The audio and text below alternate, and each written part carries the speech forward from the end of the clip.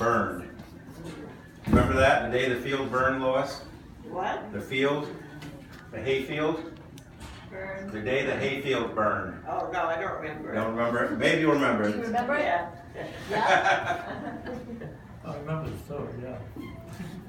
It was a beautiful day, a beautiful early June Vermont day in the year 1930.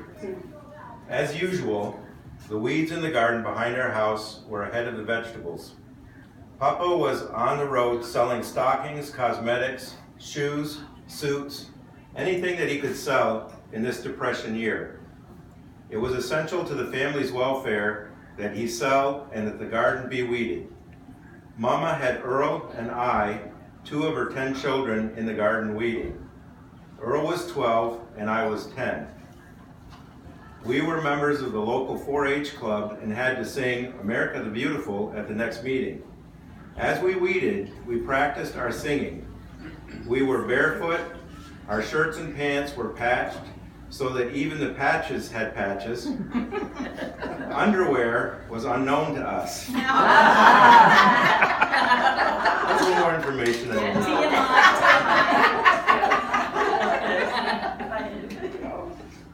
Can you hear me all right, Lois? Can you hear me okay? Yeah. All right. But in our pockets, we had matches. Matches that we needed for starting the fires in the wood-burning kitchen cook stove. During the long, cold winter just ended, it was Earl and I who rolled from under our warm patchwork quilts and grain sack sheets into the ice-cold room, pulled on our ragged clothes, and rushed to get the fires going, Earl to the furnace and me to the cook stove. When the fires were burning brightly, we went to the barn to attend to the 8 cows, the 12 chickens, and the 2 horses. Papa returned only on weekends when he helped loosen up the hay and gave us instructions for the next week. We returned from doing chores to a hot breakfast of cream of wheat with plenty of milk, but little sugar, of eggs fried in the fat of the recently butchered hog, of toasted homemade bread with homemade wild strawberry jam.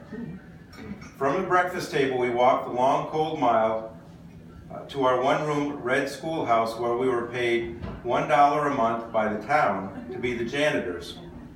Being janitors meant we must arrive early, start the wood fire in the circulating heater, sweep the floor, clean the blackboards, and walk to the spring to bring back the school's drinking water. Now the winter was over, Papa had taken a week to plant the garden. The fields were still brown from last year's second crop of hay that had not been cut. Earl and I still had matches in our pockets while we weeded and sang. Earl was a boy's boy. It was he who put the white Angora cat through the sooty black stovepipe. It was he who put the water in Papa's new gasoline engine and left it to freeze and break. It was he who caused the cow to lose its tail. Earl had tied the cow's tail to another cow's tail, and the inevitable happened in the resulting tug of cows. In the schoolroom, to the amusement of all the pupils and the dismay of the teacher, an occasional large fly would leave Earl's desk with a tiny pinwheel attached. I earned the A's while Earl earned both the wrath and the love of his teachers. On this day, we weeded and sang. Earl kept thinking of the matches in his pocket. Finally, he said, "Come," as he darted out of the garden over the hill at the end of the barn and into the brown field that was just beginning to show a little green. With no coaxing, I followed. Earl knelt by a large rock, scratched a match, and soon had a little hay fire. We watched fascinated at the way it spread from one brown blade to the next and the next. Gradually, it spread into a small semicircle at the base of the rock. I began to stamp it out. I could easily have put it out, but Earl wanted more excitement. He pushed me away. The semicircle grew bigger. I struggled to get at it, but Earl insisted that it was not yet big enough. The semicircle reached a small gully. Unknown to Earl, and I, there was a strong breeze down the gully.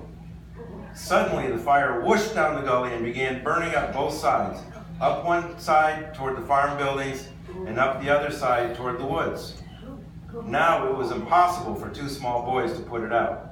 What were we to do? Should we run fast to Mama, confess, and ask her to get help? Yes, I thought, let's do that.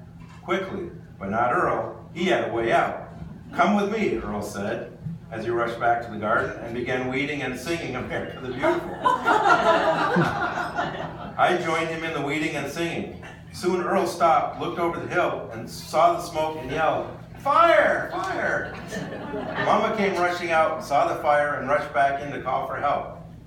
Our town of Charleston, Vermont had no fire department, but the sheriff lived there.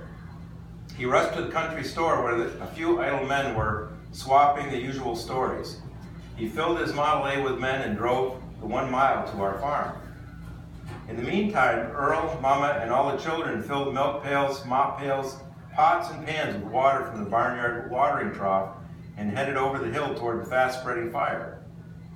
Papa had 2 axes, one dull for splitting wood and the other sharp as a razor for cutting wood and lumber. Earl and I had to use the dull axe daily to split wood for the kitchen cook stove and to split kindling for the furnace.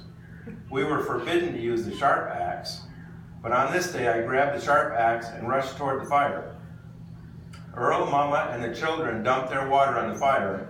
It had very little effect.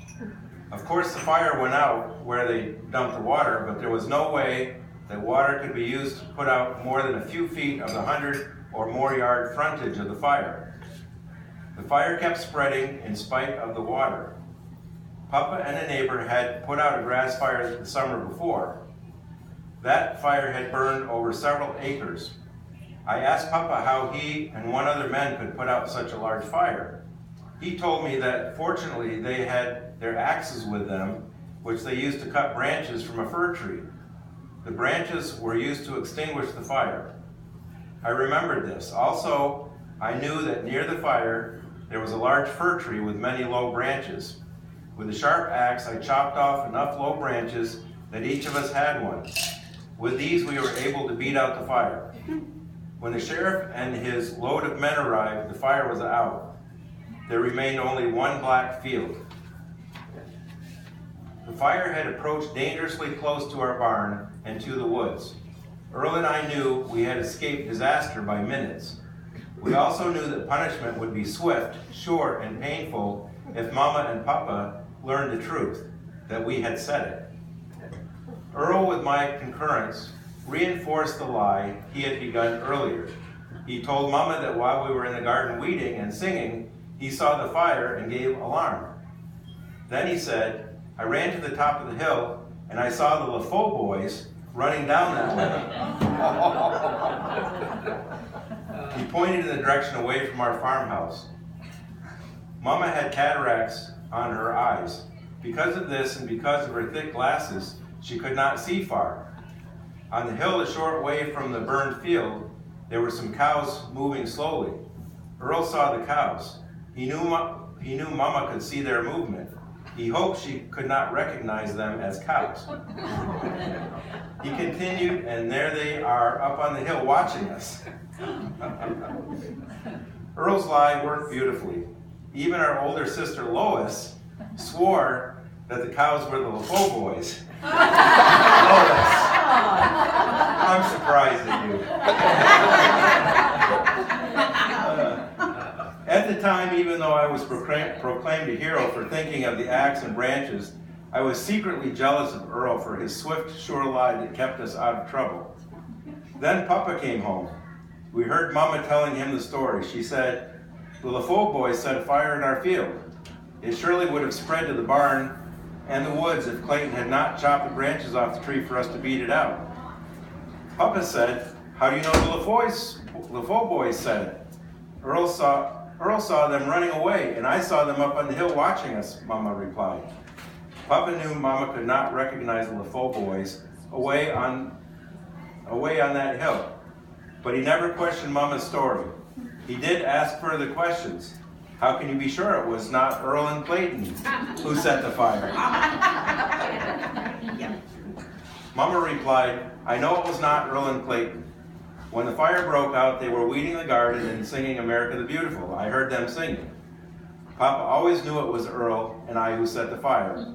We escaped punishment because he would not humiliate Mama. I learned from this his deep conviction that it is better to believe a story you know to be untrue than to humiliate someone you love dearly. Thank you, Lois. That was really good. Thanks for bringing those, Ryan. Yeah, that's good. It over there, holding it right over there.